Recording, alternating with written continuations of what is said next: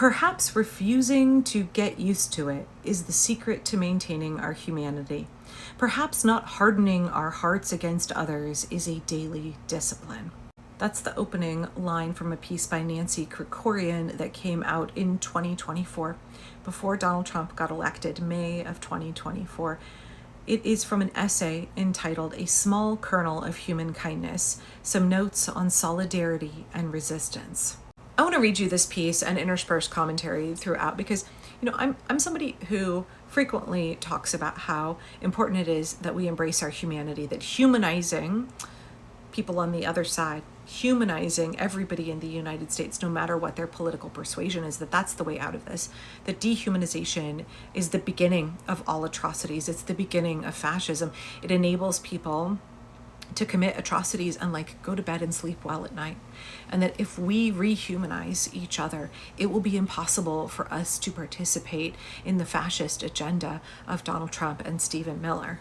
And so I think it is always worth embracing our humanity, reminding ourselves this not hardening our hearts against others is a daily discipline, is something that I find that I need to continue to return to, because there are moments where I do dehumanize the other side. I'm so angry at injustice that very easily seeps in to dehumanizing folks. And I know that is the pathway toward reciprocal atrocities, reciprocal dehumanization, leads to shared harm. And it does not help us get out of this at all. So I'm sharing this for myself as much as for y'all.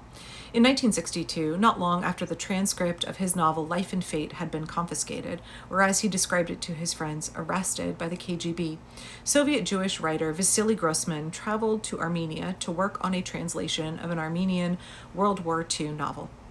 During the 2 months that he was there, he wrote a brief, beautiful, and compassionate memoir that was entitled An Armenian Sketchbook, in its recent English translation. Grossman was charmed by Armenia and the Armenian people, their churches, villages, and their folk traditions. At the end of the memoir, he described how he was moved by the warmth and sympathy he was shown at a village wedding. Never in my life have I bowed to the ground. I have never prostrated myself before anyone. Now, however, I bow to the ground before the Armenian peasants who, during the merriment of a village wedding, spoke publicly about the agony of the Jewish nation under Hitler, about the death camps where Nazis murdered Jewish women and children. I bow to everyone who, sadly, silently and solemnly listened to these speeches. These Armenians, who had suffered a devastating campaign of mass deportation and slaughter planned and implemented by the Young Turk government in the waning days of the Ottoman Empire, saw in the fate of Europe's Jews during World War II terrible echoes of their own story of genocide and dispossession. This is also so much of what I hear from so many of my Jewish friends who are protesting against Israel's genocide in Gaza, right? They see echoes of their own story of genocide and dispossession in what Bibi Netanyahu and the IOF are doing to the Palestinian people. And Grossman saw in the Armenians empathy and identification, an antidote to the anti-Jewish prejudice and hatred that circulated amongst Russian nationalists. In Grossman's Life and Fate, his magisterial novel that was finally published in the West in 1980 and the Soviet Union in 1988, he wrote, "Human history is not the battle of good struggling to overcome evil. It is a battle fought by a great evil struggling to crush a small kernel of human kindness." For me, protecting this small kernel of human kindness is a lifelong struggle.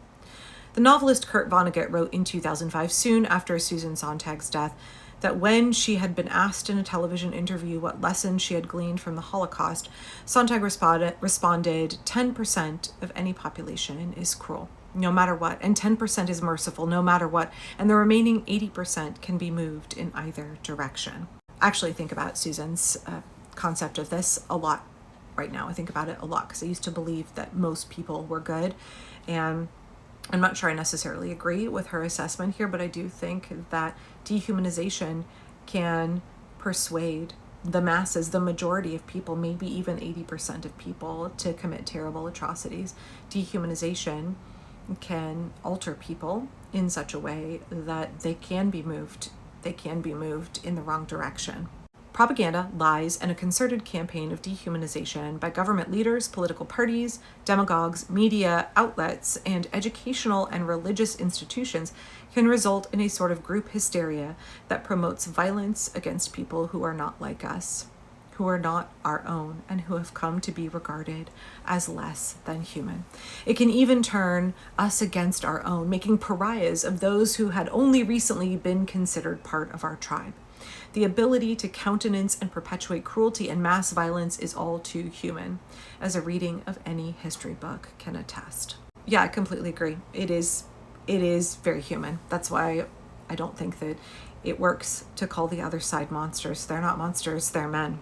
We can be convinced that installing a floating barrier of razor wire in the Rio Grande River to deter people from crossing from Mexico into the US is a reasonable immigration policy. We can be convinced that bombing, starving, and immiserating a trapped civilian population, including hundreds of thousands of infants and children, is a form of self-defense.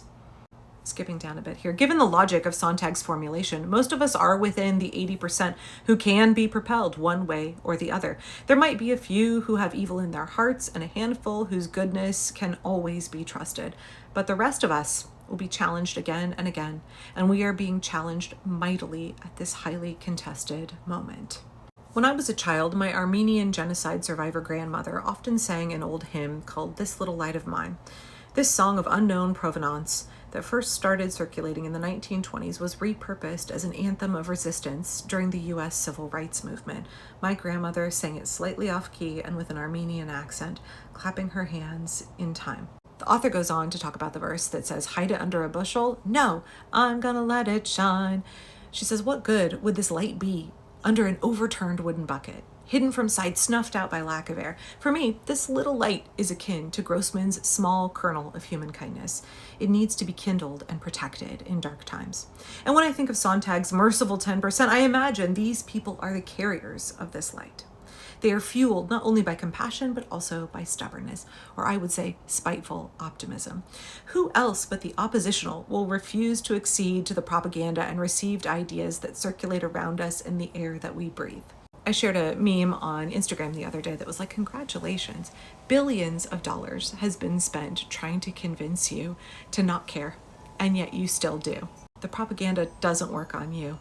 The massive advertising campaign meant to indoctrinate you and get you to abandon your humanity has not worked on you.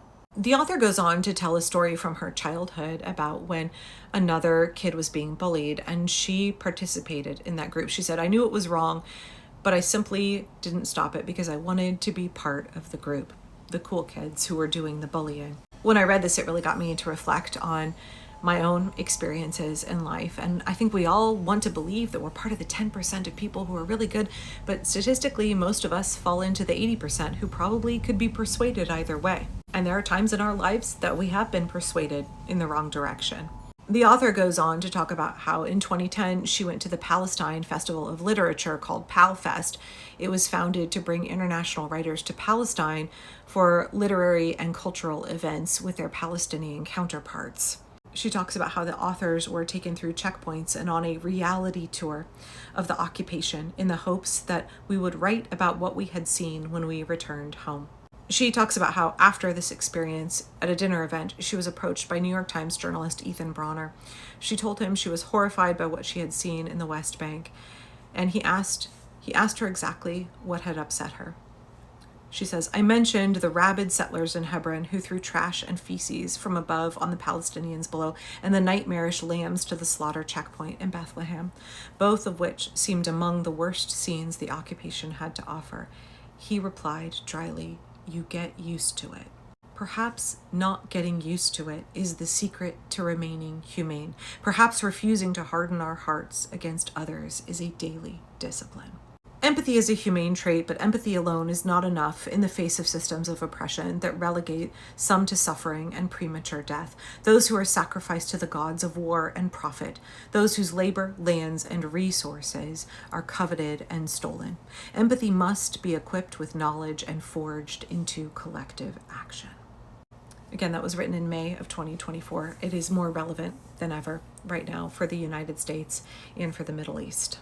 what does it look like to protect that small kernel of human kindness? What does it look like to nurture that light? What does it look like to embrace our humanity in 2026?